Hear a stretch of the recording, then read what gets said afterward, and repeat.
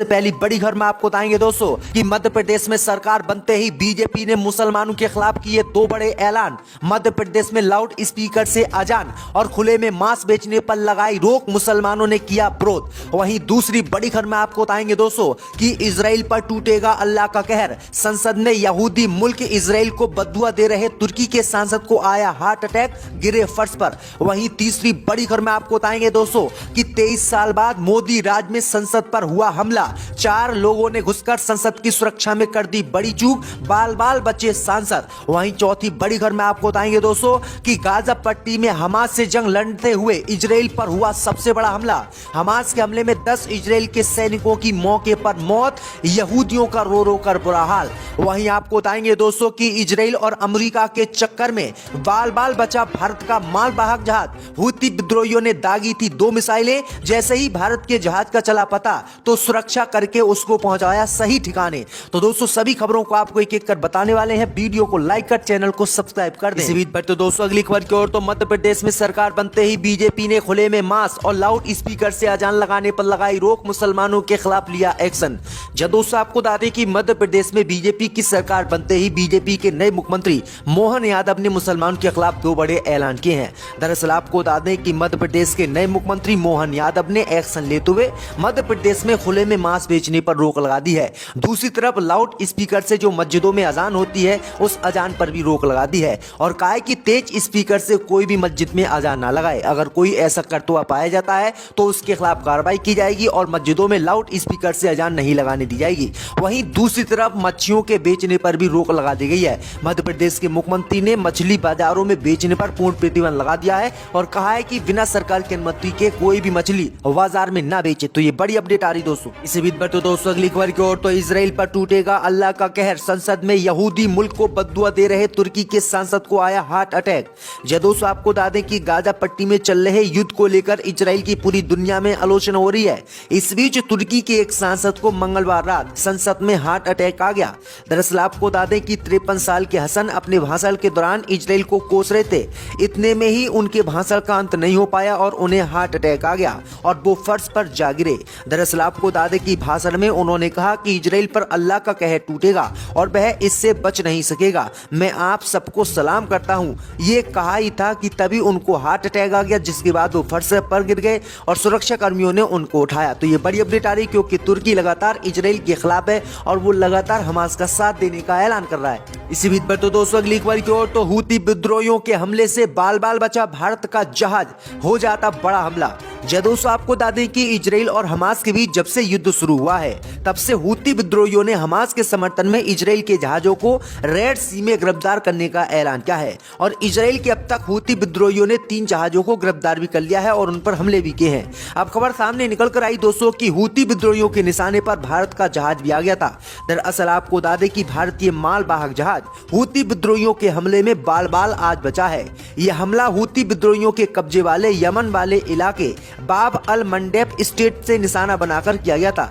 दरअसल आपको बता दें कि इस जहाज पर 2 मिसाइलें दागी गई थी, लेकिन ये मिसाइलें इस जहाज पर नहीं लगी थी। दरअसल आपको बता दें कि हूती विद्रोही इस जहाज को इजराइल और अमेरिका का समझ रहे थे। जब उनको जानकारी मिली कि ये जहाज भारत का है तब हूती विद्रोहियों ने इस पर हमला नहीं किया और इसे आराम से जाने दिया, वरना आज भारत का जहाज तबाह हो जाता। तो ये बड़ी अपडेट आई दोस्तों कि हूती विद्रोही बड़ी कार्रवाई इजराइल पर अब भी कर रहे हैं। इसी बीच पर तो दोस्तों अगली खबर की ओर तो मोदी राज में संसद पर हुआ हमला, बाल बाल बचे सांसद। दोस्तों आपको बता दें कि संसद की सुरक्षा में बड़ी चूक का मामला सामने आया है।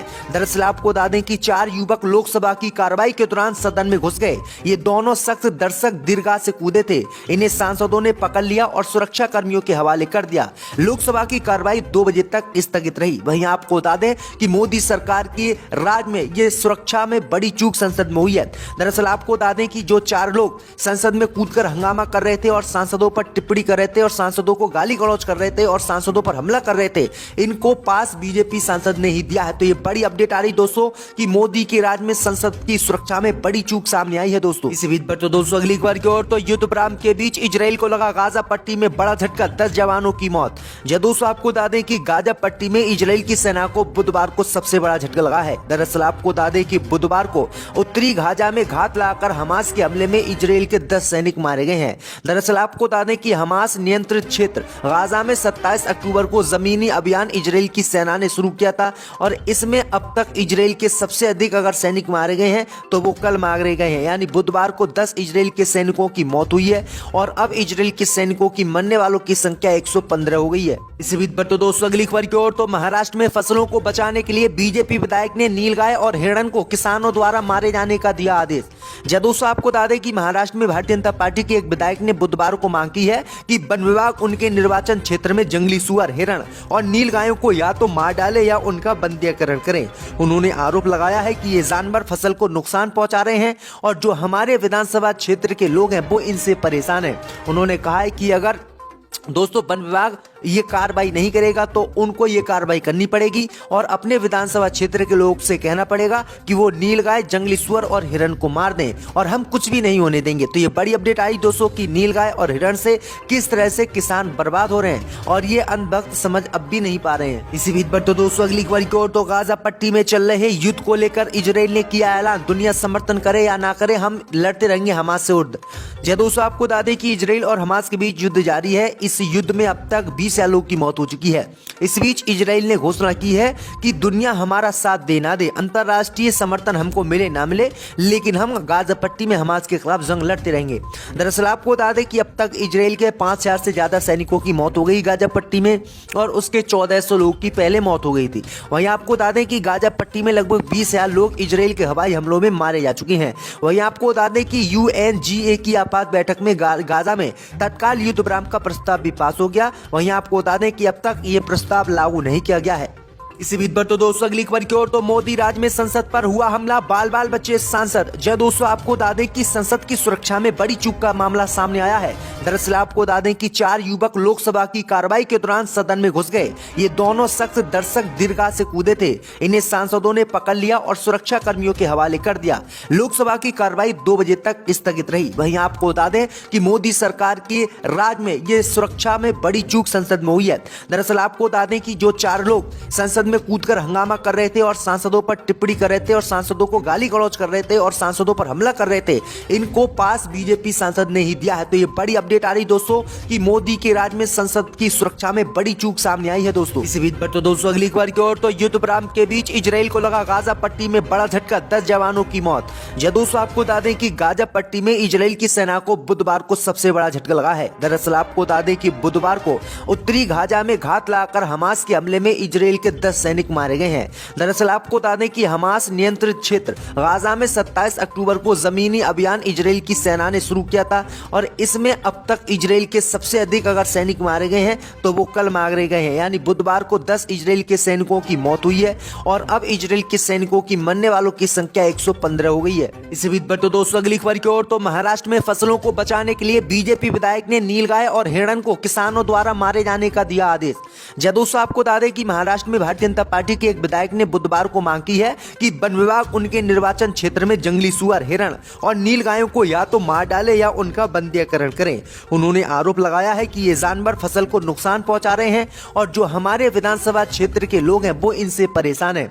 उन्होंने कहा है कि अगर दोस्तों वन विभाग ये कार्रवाई नहीं करेगा तो उनको ये कार्रवाई करनी पड़ेगी और अपने विधानसभा क्षेत्र के लोग से कहना पड़ेगा कि वो नीलगाय, जंगली सुअर और हिरण को मार दें और हम कुछ भी नहीं होने देंगे। तो ये बड़ी अपडेट आई दोस्तों कि नीलगाय और हिरण से किस तरह से किसान बर्बाद हो रहे हैं और ये अंधभक्त समझ अब भी नहीं पा रहे हैं। इसी बीच पर तो दोस्तों अगली खबर की ओर, तो गाजा पट्टी में चल रहे युद्ध को लेकर इजराइल ने किया ऐलान, दुनिया समर्थन करे या ना करे हम लड़ते रहेंगे हमास से उड़। दोस्तों आपको बता दें कि इजराइल और हमास के बीच युद्ध जारी है। इस युद्ध में अब तक 20 लोगों की मौत हो चुकी है। इस बीच इजराइल ने घोषणा की है कि दुनिया हमारा साथ दे ना दे, अंतरराष्ट्रीय समर्थन हमको मिले ना मिले, लेकिन हम गाजा पट्टी में हमास के खिलाफ जंग लड़ते रहेंगे।